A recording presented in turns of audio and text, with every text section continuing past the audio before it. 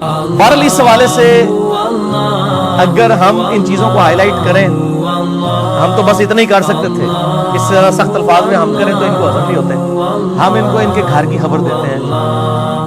شاہ ولی اللہ دہلوی رحمہ اللہ تعالی المتوفی 1176 ہجری، جو بریلوی، دیوبندی، اہل حدیث تینوں جو اپنے آپ کو سنی سمجھتے ہیں، تینوں کے نزدیک مجدد ہیں۔ بریلوی دیوبندیوں کے نزدیک اس لیے مجدد ہیں کہ وہ پہلے صوفی تھے، اہل حدیث اس لیے مجدد مانتے ہیں کہ انہوں نے بعد میں توبہ کر لی تھی، لہٰذا وہ دونوں طرف ہی چل رہے ہیں، جیسے ڈاکٹر اقبال کے شعر ہر طرف چل جاتے ہیں۔ تو شاہ ولی اللہ دہلوی جو ہیں 12ویں صدی کے مجدد ہیں، 1176 ہجری میں فوت ہوئے ہیں، لیکن وہ صدی 12ویں بنتی ہے۔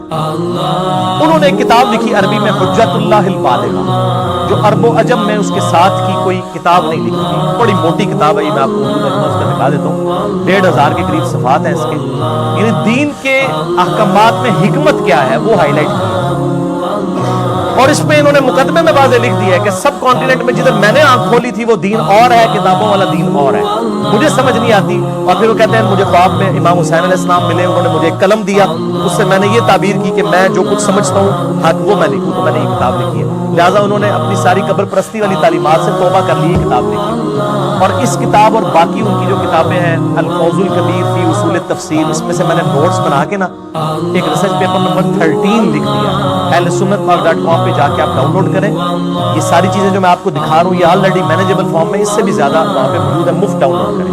ریسرچ پیپر نمبر 13 اور میرا مسئلہ نمبر بھی 113 شاہ ولی اللہ۔ تو یہ حجت اللہ البالغہ میں ائمہ اربعہ چاروں اماموں کی نسبت سے یہاں بھی حق 4 یار میں 4 والے پیش کرتا ہوں، ڈیٹیل میں نہیں جاؤں گا، صرف دکھا کے سرسی طور پہ یہ ان کو دکھائیں۔ الفیصل والوں نے چھاپی ہے یہ لاہور سے، حجت اللہ البالغہ، یہ میں نے گھر نہیں بنائی میرے بھائی، حجت اللہ البالغہ کے دونوں حصے، یہ وہ کتاب ہے جس کے نوٹ صرف ہمارے مدرسوں میں پڑھائے جاتے ہیں، کاش پوری پڑھا دیں نا تو ساری فرقہ واریت ختم ہو جائے۔ پہلا ریفرنس دکھائیں جی ان کو، 418 نمبر صفحہ، حصہ اول، یہ میں نے انڈر لائن کیا ہوا ہے، یہ ایچ ڈی کیمرے میں دکھا دیں، باقی جس نے یہ پڑھنا ہے نا ڈیٹیل سے تو research paper number 13 download کر لیں، حجت اللہ البالغہ 3 حصہ اول میں 418 پیج ہے، الفیصل والا۔ انہوں نے لکھا ہے کہ قرآن تقلید یعنی اندھی تقلید تعریف دین کے عظیم ترین اسباب میں سے ایک ہے۔ وہ کہتے ہیں امت میں جو دین کا بگاڑ ہے نا، اس کا سب سے بڑا سبب اماموں کی اندھی تقلید ہے۔ من جملہ اسباب تعریف کے غیر معصوم ہستی کی تقلید کرنا ہے۔ غیر معصوم سے مراد میری ایک ایسا شخص ہے جو نبی نہ ہو، جس کی عصمت ثابت ہو چکی ہے، یعنی نبی جو ہوتا ہے اس کی تو عصمت ثابت ہے۔ تقلید کی حقیقت یہ ہے کہ امت کا ایک عالم مجتہد اجتہاد کر کے کوئی مسئلہ بتاتا ہے تو اس کے متبعین اس کو اس حد تک صحیح سمجھ لیتے ہیں کہ اس کے خلاف اگر کوئی صحیح حدیث بھی پیش کر دی جائے تو امام کے قول کی خاطر اس کے لیے حدیث کا انکار کر دینا آسان ہو جاتا ہے۔ یہی کچھ ہی ہو رہا ہے۔ وہ کہتے ہیں ایسے مقلد کا فرض ہے کہ وہ ہمیشہ اس بات کے لیے تیار رہے کہ اگر کسی مسئلے میں اپنے امام کے قول کے خلاف کوئی بات مل جائے تو فوراً رجوع کرے۔ پھر انہوں نے عدی بن حاتم والا واقعہ لکھا ہے کہ وہ یہود و نصارہ کے علماء والا کردار نہ ادا کریں کہ کتاب و سنت کی تعلیمات کے مقابلے میں اپنے علماء کے پیچھے پڑھ دیں۔ وہ سورہ توبہ کی آیت نمبر 31، اتخذوا احبارهم ورهبانهم اربابا من دون اللہ، یہود و نصارہ نے اپنے علماء اور جوگیوں اور بزرگوں کو رب مان لیا تھا اللہ کو چھوڑ کے۔ مسئلہ نمبر 71A، بزرگوں کی اندھا دھند پیروی کا انجام اور اس کا علاج، اس میں نے وہ ساری آیات ڈسکس کی، آج میں اسکپ کرتا ہوں۔ دوسرا ریفرنس بھی اسی سے ہے اور پیج نمبر ہے اس کا 512، جس میں انہوں نے ائمہ اربعہ کے اقوال لکھے ہیں۔ دیکھیں ہم اندھی تقلید کا رد یا تو کتاب و سنت سے کر سکتے تھے یا ہم اماموں سے خود ہی رد کر دیں کہ امام اگر خود ہی کہہ دیں کہ ہماری تقلید نہ کرو، اب اور کیا دلیل کسی کے سامنے پیش کریں؟ اس سے بڑی تو کوئی چیز نہیں نہ ہو سکتی۔ حضرت عیسیٰ علیہ السلام دنیا میں آگے خود کہہ دیں کہ یار میری عبادت نہ کرو تو عیسائیوں کے پاس کوئی ایکسکیوز رہ جائے گا؟ تو یہ چاروں ائمہ کے اقوال لیے شاہ ولی اللہ دہلوی نے، امام حنیفہ، امام مالک، امام شافعی، امام احمد بن حنبل رحمہم اللہ اجمعین۔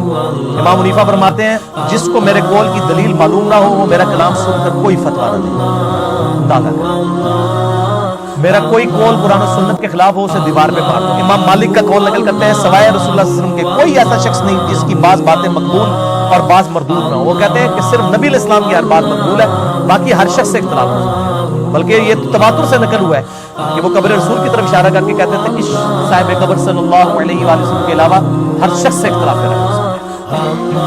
پھر امام شافعی کا قول ہے جو کوئی صحیح حدیث تمہیں مل جائے بس میرا وہی مذہب ہے, اسی کو اختیار کرو, میرے فتوے کو چھوڑو, نبی علیہ السلام کی حدیث کو دیکھو. امام حنبل کا قول, وہ کہتے ہیں اللہ اور اس کے رسول کے مقابلے پر میرے کلام کی کوئی وقت نہیں ہے. ایک شخص نے امام سے کہا تو انہوں نے فرمایا میری تقلید مت کرو, نہ ہی امام مالک کی کرو, نہ ہی امام اوزاعی کی, نہ ہی امام نقی کی تقلید کرو. احکام شریعہ کا باخص قرآن و حدیث ہے, اسی سے ان اماموں نے بھی اخذ کیا, تم بھی اسی سے اخذ کرو. ایک شخص آیا سی بھائی جی کو مجتہد نہیں سی آیا, یہ کہتے ہیں جی آپ مجتہد ہیں یا مقلد ہیں. وہی بیسک تو ہر چیز اجماع امت سے ثابت ہے, کسی کی تقلید کی ضرورت نہیں ہے, کتاب و سنت میں فاضل. چند ایک مسئلے ہیں, اور وہ بھی میں نے بتایا وہ چند ایک مسئلے بھی آج کے دور میں تو ہمارے پاس تو وہ مسئلے ہیں کہ جو ہمارے بزرگوں نے لکھے نہیں. ہمارا مسئلہ تو ویڈیو کیمرے کا مسئلہ ہے. امام حنیفہ, امام شافعی, امام احمد بن حنبل, امام مالک رحمہ اللہ اجمعین نے کہاں لکھا ہے یہ مسئلہ. انتقال خون کا مسئلہ, پوسٹ مارٹم کا مسئلہ, ریل گاڑی اور جہاز میں نماز کا مسئلہ, یہ سارے مسئلے ہمارے بزرگوں نے کہیں لکھے. وہ اجتہاد تو اسلام کی خوبصورتی ہے, قیامت تک جاری رہے گا, یہ فکس نہیں کسی بندے کا. اور آپ دیکھ لیں امام بھی آپ کو پتہ ہے 4 ہیں. امام احمد بن حنبل کے اماموں کے نام لے رہے ہیں, امام اوزاعی, امام نخعی, حالانکہ یہ ائمہ اربعہ میں تو نہیں آتے, یہ ان کے استاد ہیں. تو امام 4 نہیں ہیں, ہزاروں امام ہیں, سینکڑوں میں امام ہیں. حدیث کے بھی آپ دیکھ لیں, امام بخاری, امام مسلم, ابو داؤد, ترمذی, نسائی, ابن ماجہ, یہ بھی تو امام ہیں الحمدللہ. اچھا جی, تیسرا ریفرنس حجت اللہ البالغہ سے 484 پیج ہے. اس میں جو میں اکثر بیان کرتا بھی رہوں, اسرات و خیر من النوم والا میرا کلپ بڑا وائرل ہوا ہے, جس میں نے بتایا کہ فقہ حنفی میں خرابیاں کیوں آئیں, اس کی ٹیکنیکل ریزن شاہ ولی اللہ نے ہائی لائٹ کی ہے, اور وہ یہ ہے, وہ پیج 484. امام شافعی کا کارنامہ ہے کہ انہوں نے اہل مدینہ اور اہل کوفہ کی غلطیاں ہائی لائٹ کی ہیں. اہل مدینہ فقہ کی ٹرم میں کہتے ہیں مالکیوں کو, اور اہل کوفہ کہتے ہیں حنفیوں کو, اہل الرائے بھی کہتے ہیں. امام شافعی نے یہ چیز محسوس کی. اب دیکھیں شاہ ولی اللہ کیا لکھتے ہیں. امام شافعی اس وقت پیدا ہوئے جبکہ یہ دونوں مذہب یعنی مالکی اور حنفی ظہور میں آ چکے تھے, اصول اور فروع کو ترتیب دی جا چکی تھی. جب انہوں نے ان مذاہب پر ناقدانہ نظر ڈالی تو ان کو بہت سی خامیاں نظر آئیں, جن کا انہوں نے کتاب الام کے اندر ذکر بھی کر دیا. من جملہ ان کے یہ کہ ان مذاہب کے علماء مرسل اور منقطع روایت سے بھی استدلال کرنا جائز سمجھتے تھے, تابعی کے اقوال سے بھی. حالانکہ امام مسلم نے بھی مقدمے میں لکھا ہے کہ تابعی کی مرسل کوئی شے نہیں ہے جب تک وہ صحابی کا نام نہ مینشن کرے. اس سے بڑا خلل پیدا ہوتا تھا, کیونکہ جب حدیث کے طریق مختلف کو یکجا کر کے دیکھا جاتا تو بہت سے مرسل ایسے تھے جن کی کوئی اصل نہیں تھی, بہت سے ایسے مرسل تھے جن کا مفہوم صحیح حدیث کے خلاف تھا. اس لیے امام شافعی نے اصول مقرر کیا کہ مرسل کو سند نہ مانا جائے, صرف نبی علیہ السلام کی احادیث اور صحابہ کے جو اقوال ہیں اس سے اخذ کیا جائے. یہ کہتے ہیں نا اتنے بڑے بڑے اماموں کو غلطیاں کیسے لگی, وہ بڑے امام نے پہلے ہی بتا دی امام شافعی نے کہ اہل مدینہ یعنی مالکی اور اہل کوفہ یعنی حنفیوں کو غلطی کس بات پہ لگی ہے, یعنی پری میچور انہوں نے فقہ بنا لی حدیثوں کو دیکھے بغیر. تابعی اور تابعین میں تو کتنے کتنے کذاب ہیں. حجاج بن یوسف تابعی نہیں ہے, یزید تابعی نہیں ہے, خوارج سارے تابعی نہیں ہے, جھوٹی حدیثیں گڑھنے والے اکثر تابعین نہیں ہے. کیا صحابہ کی صحبت تو کی بھی ہے انہوں نے, قانونی طور پہ تو تابعی ہے نا. آپ ویسے ان کو جو کذاب کہہ لیں, قانونی تو تابعی ہے نا, انہوں نے روایتیں گھڑی ہیں. امام مسلم کا مقدمہ میں نے پورا پڑھایا ہے, مسئلہ نمبر 36 میں ضعیف الاسناد اور من گھڑت احادیث کے فتنے کا تحقیقی جائزہ, جس میں نے ثابت کیا ہے کہ تابعین کے دور میں ساری جھوٹی روایتیں. ابان ابن ابی عیاش تابعی تھا, المتوفی 146 ہجری, جس نے یہ جھوٹ گڑا کہ حضرت عمر رضی اللہ تعالیٰ عنہ علیہ السلام نے حضرت فاطمہ کو جو ہے وہ شہید کیا ان پہ دروازہ پھینک کے, جو آج رافضی لیے پھرتے ہیں. جھوٹی روایت, یہ تابعی نہیں گھڑی ہوئی. جابر جو الجوفی ہے, امام مسلم نے ان کے بارے میں لکھا کذاب تھا. امام حنیفہ کہتے ہیں میں نے جابر جوفی سے بڑا کذاب نہیں ہوا اس پہ کوئی دیکھا, اور عطا بن ابی رباح سے زیادہ نیک شخص دنیا میں کوئی نہیں دیکھا. اور دونوں امام حنیفہ کے استاد ہیں, ایک کذاب ہے اور ایک بہت بڑا وقت کا امام ہے. ٹھیک ہو گیا. اچھا جی, چوتھا ریفرنس بخاری اور مسلم دونوں میں جو ان کتابوں کی اہمیت ہے اس کے حوالے سے کہ ان کتابوں میں اور باقی کتابوں میں کیا فرق ہے. شاہ ولی اللہ دہلوی نے 451 نمبر پیج ہے, یہ ان کو دکھائیں جی. چوتھا ریفرنس 451 نمبر پیج. انہوں نے بتایا کہ اہل سنت کی مین کتابیں کون سی ہیں. بخاری, مسلم, ابو داؤد, ترمذی, نسائی, ابن ماجہ, الموطا, امام مالک, مسند امام احمد. 8 کتابیں ہیں مین سنیوں کی, اور اس میں انہوں نے کیا الفاظ لکھے ہیں جو ہم بھی رونا روتے ہیں. کہتا ہے ہر ٹائم بخاری لائی رکھتا ہے. سنیں شاہ ولی اللہ لکھتے ہیں صحیحین کے متعلق محدثین کا اتفاق ہے کہ جتنی متصل الاسناد مرفوع حدیث ان میں موجود ہیں وہ سب قطعی الصحت ہیں, بلا شبہ صحیح ہیں. صحیح بخاری اور صحیح مسلم دونوں کتب ان کے مصنفین تک تواتر کے ساتھ ثابت ہیں, کسی کو بھی اس میں اختلاف نہیں. اور علماء کا کہنا ہے کہ جو کوئی بھی بخاری اور مسلم کو حکارت کی نظر سے دیکھے, یہ حکارت ہی کر رہے ہوتے ہیں جب ہم بخاری مسلم سے نماز کا طریقہ دکھاتے ہیں, او چھوڑو جی کتابوں میں چھوڑو, وہ کہتے ہیں شاہ ولی اللہ کہتے ہیں وہ اہل بدعت ہے. اس کا راستہ جو اس نے اختیار کیا وہ مسلمانوں کا راستہ نہیں ہے جو بخاری مسلم سے مختلف ہے. سچی بات تو یہ ہے کہ بخاری اور مسلم کا جب تم موازنہ ابن ابی شیبہ یا طحاوی کی مانی الآثار کے ساتھ یا مسند خوارزمی کے ساتھ کرواؤ تو تم پہ یہ حقیقت کھل جائے گی اور تمہیں صاف نظر آئے گا کہ ان دونوں میں بعد المشرقین ہے. وہ کہتے ہیں بخاری مسلم اور باقی کتابوں کو کمپیئر کرو نا, اور یہ طحاوی سے ساری چیزیں لے کے آ رہے ہوتے ہیں, اور کہتے ہیں مصنف ابن ابی شیبہ میں آدھی فقہ حنفی ثابت ہے. وہ تو ساری ضعیف روایتیں ہیں. شاہ ولی اللہ کہہ رہے ہیں مصنف ابن ابی شیبہ کی جو ضعیف روایتیں ہیں ان کو بخاری مسلم سے کمپیئر کرو, بعد المشرقین ہے. وہ بات ادھر کی ہو رہی ہے اور مشرق کی گالے مغرب دی. اسی طرح کہتے ہیں کہ مستدرک للحاکم جو امام حاکم نے تصنیف کی ہے, اور انہوں نے اپنے ذوق میں یہ سمجھا کہ انہوں نے بخاری مسلم کی شرط میں صحیح روایتیں جمع کی ہیں.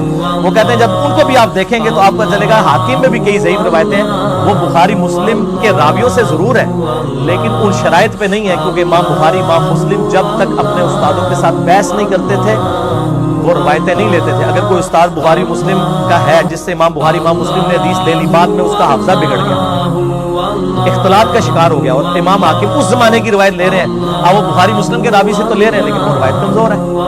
اسی لیے حاکم میں کمزور روایتیں بھی ہیں. یہ جو روایت ہے کمزور ہی ہے نا, کہ نبی علیہ السلام کے لیے کائنات پیدا کی گئی, میرا یہ وہ کلپ بھی ہے وہ حاکم سے لی ہوئی ہے نا. حضرت آدم کی توبہ جو ہے وہ نبی علیہ السلام کے وسیلے سے قبول ہوئی, حاکم سے روایت لی ہوئی ہے نا. قرآن میں مطلب 7 دفعہ قصہ آدم اور ابلیس ہے, کہیں یہ واقعہ نہیں آیا, اتنا بڑا واقعہ تھا. تو آپ یوٹیوب پہ لکھیں کائنات نبی صلی اللہ علیہ وآلہ وسلم کے لیے بنائی گی, کیا کائنات نبی صلی اللہ علیہ وآلہ وسلم کے لیے بنائی گی, میرا کلپ کھل جائے. تو یہ 4 ریفرنسز میں نے دے دیے. امام رضا بریلوی صاحب نے فتاوی رضویہ کے اندر باقاعدہ فتویٰ لکھا ہے کہ مدینہ حرم ہے. بخاری اور مسلم میں 50 حدیثیں مدینے کے حرم ہونے میں, لیکن امام حنیفہ رحمہ اللہ مدینے کو حرم نہیں مانتے تھے. تو امام رضا بریلوی صاحب نے کہا میں ہے حنفی ہوں لیکن میں امام حنیفہ کا یہ فتویٰ نہیں مانتا. انہوں نے نعت بھی لکھی, حاجیو آؤ شہنشاہ کا روزہ دیکھو, کعبہ تو دیکھ چکے کعبے کا کعبہ دیکھو. اگر امام احمد رضا بریلوی صاحب امام حنیفہ رحمہ اللہ سے اختلاف کر کے صحیح حدیث کی روشنی میں حنفی ہیں تو ہم بھی حنفی ہیں. اگر کتاب و سنت کے دلائل کے اوپر آپ امام سے اختلاف کرنے کا نام حنفیت ہے تو میں حنفی ہوں. میں نے دیکھا نماز کا طریقہ بھی ان کا صحیح حدیث سے ثابت نہیں ہے. میں نے بخاری مسلم میں جو صحیح الاسناد حدیث تھی, رکوع میں جاتے وقت اور رکوع سے اٹھتے وقت کوئی دین غلط نہیں کرتے شروع کر دیا. ہم نے امام حنیفہ بھی قول پہ عمل کیا, انہوں نے خود ہی فرمایا میری کوئی بات کتاب و سنت کے خلاف ہو تو اسے چھوڑ دو. یعنی احمد بریلوی صاحب نے بہت بڑی جرأت کی. اس کے بعد غلام سعود سعیدی صاحب میرے استاد ہیں جن سے میں نے کافی کچھ لرن کیا ہے یعنی کتابوں کے ذریعے, رحمہ اللہ تعالی, کچھ عرصہ پہلے ہی فوت ہوئے. اس پہ انہوں نے مدینے کے حرم ہونے والے معاملے میں بھی امام حنیفہ کا کہا کہ ہم حنفیوں کے بھی ان کے اس قول کو چھوڑتے ہیں.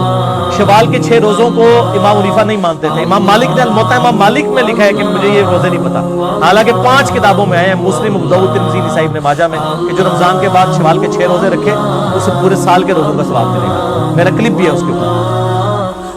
لیکن غلام سعود سعیدی صاحب نے کہا نہیں ہم شوال کے 6 روزوں کو مانتے ہیں, مسلم شریف میں نہیں صاحب. پھر عقیقہ کو زمانے جاہلیت کی رسم کہتے تھے امام حنیفہ, لیکن انہوں نے کہا نہیں ہم مانتے ہیں. اسی طریقے سے تقی عثمانی صاحب نے بھی بڑی جرأت کی ہے. مفقود الخبر شور جو ہے, ایسا شور جو گم ہو چکا اور بیوی کو نہ پتا ہو کہاں ہے. امام حنیفہ تو کہتے ہیں 90 سال بیوی انتظار کرے, یعنی مطلب یہ ہے کہ انتظار ہی کرتی تھی. امام مالک نے فتویٰ دیا 4 سال, اس کے بعد قاضی تنسیح نکاح کروا. تو تقی عثمانی صاحب نے حنفی ہونے کے باوجود کہا ہے کہ امام حنیفہ کا فتویٰ جو ہے ایکسیپٹیبل نہیں, امام مالک کے فتوے کو انہوں نے فتویٰ دیا, بڑی جرأت کی. اب تو سارے کاہل ہو گئے, تو یہ سب جرأت کر رہے ہیں. اس طرح نماز میں اسپیکر کا استعمال حمزہ بریلوی صاحب بھی نہیں مانتے تھے, شریف تھانوی صاحب نہیں مانتے تھے, لیکن ان کے سارے مریدین آگے سے مان رہے ہیں. اسپیکر کے بغیر سٹارٹ ہی نہیں ہوتے, نماز کیا تقریر ہر چیز کرتے ہیں. الیاس قادری صاحب نے بھی ایون دعوت اسلامی کے اجتماع میں نمازیں شروع کرا دی اسپیکر، رائیویٹ والوں نے ابھی تک اسپیکر میں نماز نہیں شروع کرائی، لیکن حیران کن بات ہے تقریریں ساری اسپیکر میں کرتے ہیں، نماز آتی اسپیکر بند، اور وہ عجیب و غریب اتنا مجمع ہوتا ہے تو وہ تکبیرات کی وجہ سے بڑا مسئلہ کھڑا ہوتا ہے، کوئی مسئلہ نہیں یار چھوڑ دو۔ تو اشرف تھانوی صاحب نے تو اس کو شیطانی آواز کہا تھا، شیطانی آواز میں چاہے نماز پڑھی جائے یا شیطانی آواز کے اندر واز کیا جائے تو دونوں ہی غلط ہے، اگر ان کا یہ مان لیا جائے تو ظاہر آپ کو رجوع ہو چکا ہے، پچھلے والے لوگوں نے رجوع کر، تصویر کا مسئلہ بھی آپ کے سامنے ہے، علماء تصویر کھنچواتے نہیں تھے، اب تصویر کے بغیر وہ جب تک سامنے آئے نا کیمرے والے وہ سٹارٹ ہی نہیں ہوتے، تو یہ سارے رجوع کر رہے ہیں نا ماشاءاللہ۔ اور پچھلی دفعہ بھی میں نے بتایا تھا سنن نبی داؤد میں انٹرنیشنل نمبر کے مطابق 198 نمبر حدیث ہے کہ ایک صحابی کو زخم لگا، وہ اسی حالت میں نماز پڑھتے رہے اور نبی علیہ السلام کو یہ خبر بھی پہنچی، آپ نے نہیں فرمایا تیرا وضو ٹوٹ گیا، اور وہ دوسرے صحابی کو جگا بھی سکتے تھے، انہوں نے کہا نہیں میں نے نماز شروع کی تھی، میں نے کہا سورت پوری مکمل کر کے میں نماز مکمل کروں، خون نکلنے سے وضو نہیں ٹوٹتا، امام حنیفہ کا یہ موقف غلط ہے، امام شافعی کا موقف ٹھیک ہے۔ اس طریقے سے بخاری اور مسلم میں حدیث ہے، بخاری میں 382، مسلم میں 1145۔ ہم عائشہ کہتی ہیں کہ نبی علیہ السلام رات کے وقت نوافل پڑھتے میں سامنے لیٹی ہوتی تھی، جب آپ صلی اللہ علیہ وآلہ وسلم سجدے میں جانے لگتے میرے پاؤں کو ٹو دیتے، میں پاؤں سمیٹ لیتی تاکہ آپ آسانی سے سجدہ کر لیں، اور اس وقت گھروں میں چراغ نہیں ہوتے تھے، یعنی وہ یہ بتانا چاہ رہی تھی مجھے نہیں پتا چلتا تھا کہ نبی علیہ السلام ابھی سجدے میں آ رہے ہیں، یعنی وہ مجھے ٹوتے تھے تو مجھے پتا چلتا تھا۔ تو اس سے پتا چلا کہ بیوی کو آگ لگانے سے وضو نہیں ٹوٹتا، امام شافعی کا یہ موقف غلط ہے، امام حنیفہ کا موقف ٹھیک ہے۔ تو ہم ہمارے سارے سکے ہیں، جو نبی علیہ السلام کی احادیث کے مطابق فتویٰ دے گا وہ ہمارا سکا ہے، جو نہیں دے گا اس کو بھی ہم اپنا کوئی پرایا نہیں سمجھتے، ہم اس کی اصلاح کی کوشش کرتے ہیں۔ باقی research paper number 13 Shah Wali اللہ دہلوی والا پڑھ لیں ضرور، اور یوٹیوب پہ میری ویڈیو ہے اہل سنت کا منہج کیا ہے، قرآن سنت اجماع اور دن اجتہاد اور قیاس۔ اللہ تعالیٰ سے دعا ہے جو حق بات میں نے کہی اللہ تعالیٰ ہمارے دلوں میں راسخ فرمائے، اگر جس بات میں میرے منہ سے کوئی غلط بات نکل گئی اللہ تعالیٰ ہمارے دلوں ہی سے معاف کر دے، ہمیں کتاب و سنت کی تعلیمات پر عمل کر کے دوسرے بھائیوں تک پہنچانے کی توفیق عطا فرمائے۔ سبحانک اللہم و بحمدک اشہد ان لا الہ الا انت استغفرک و اتوب الیک وما علینا الا البلاغ المبین۔ جزاکم اللہ خیرا و احسن الجزاء۔